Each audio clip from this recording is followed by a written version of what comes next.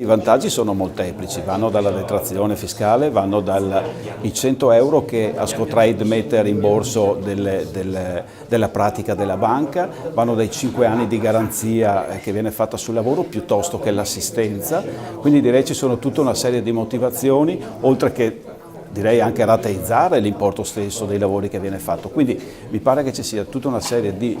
motivazioni utili per cui uno può fare un investimento e cambiare la sua caldaia e contribuire anche a inquinare meno. È un'iniziativa che è unica in Italia, noi abbiamo la consuetudine di lavorare assieme come associazioni degli imprenditori e associazioni dei lavoratori e quindi c'è un circuito virtuoso che dà una mano alle imprese a trovare lavoro, che dà una mano all'ambiente per ridurre le emissioni di CO2, dà una mano alle famiglie che hanno un reddito più basso e quindi c'è una sostenibilità ambientale e sociale che mette in moto un circuito virtuoso.